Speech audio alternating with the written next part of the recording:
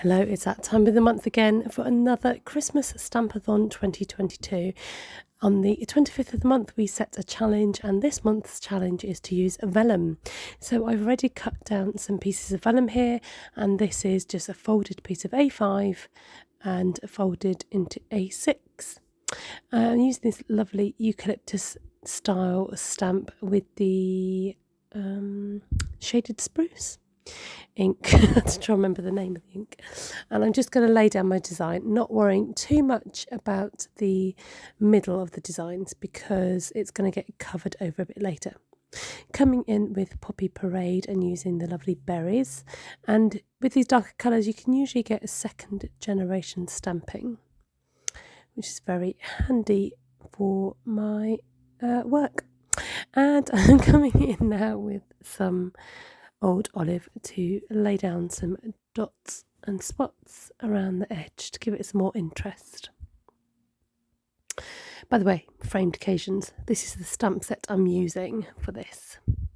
Then bringing in my spriggy punch, I can't remember what it's called, cutting a couple of the large leaves and then the little spriglets, 2 of each of those.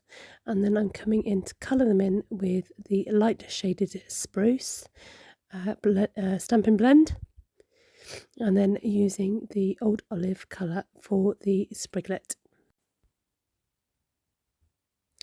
And this dries fairly quickly because they are alcohol markers.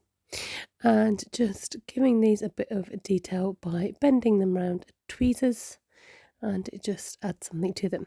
So I've already gone ahead and put some Versamark and lay down some stamping on my vellum. Now I have given the ink a chance to dry, but it's obviously not dry quite enough. I could have given it a blow dry and just use my special little toolkit here with the brush and the tray.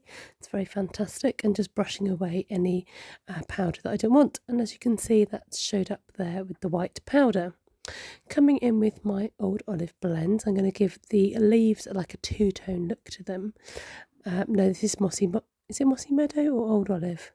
I can't remember which colour I used. I'm so sorry. Anyway, you get the idea. So then I've cut down a piece of Poppy Parade, which is a little bit smaller than the vellum to make sure it can fit inside, and then a piece of basic white, which is smaller than that, just tucking it behind, and this really shows off the design of my work. Okay, now to the middle. I've gone ahead and cut out some of this glimmery gold paper. This is retired, but we do have gold foil and the like, and this is how I did it. Just laid the dies together, put them together with a bit of washi to hold them together to run them through the die. Then I've cut some basic white out, and using this stamp set here, Handmade Wishes, so using the sentiment and some other elements with the holly to decorate this. I love the fonts in this, really nice. So using my 2 different colours, the Poppy Parade and Shaded Spruce, to add these holly and the sentiment on to the hexagon.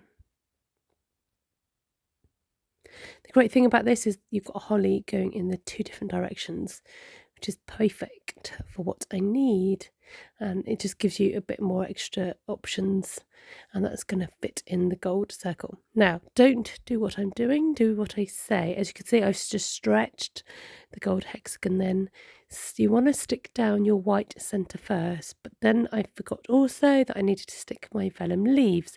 So vellum leaves first, white hexagon next, gold frame last, in that order, okay? So yeah, easily forgotten. There we go. I just remembered in time to put the vellum leaves in. Now you might not notice, but you may notice there's a tiny gap down to the bottom right, which has occurred because I stuck the gold frame first, and it stretched a little bit before I stuck it. Then adding in my gold thread. Now what you can do is wrap this around both the inside of the card. I'll show you that in a minute. And I'm just going to attach this by tying a knot to secure it first. This needs to be fairly tight, and then doing the bow afterwards. Then I'm going to just slip in the card, which I didn't attach, but actually this probably gives it a tighter fit anyway, and it just makes sure it fits in a bit more snugly than if I wrapped it around the card. And there we go, fits in nicely. So just adding on some of these gold gems to give it that completed look and add a bit of bling. Just nice and subtle and modern, and just have a few gold gems on there. So there you go, here's my card using vellum.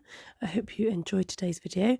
I didn't stick this front panel down, I've left it loose, and I think I prefer it like this. I will bring in what I made for my prototype, and that I did stick down behind the hexagon, and I put some glue on the back to test that out, but I'm going to cover that with a label, so that's okay. But I think I prefer this kind of looser design. So there you go. Thank you so much for joining me today. I hope you enjoyed the video. Do leave me a comment below. Don't forget to subscribe if you're not already, and you can always give me a thumbs up of appreciation, which comes free. Take care. Bye.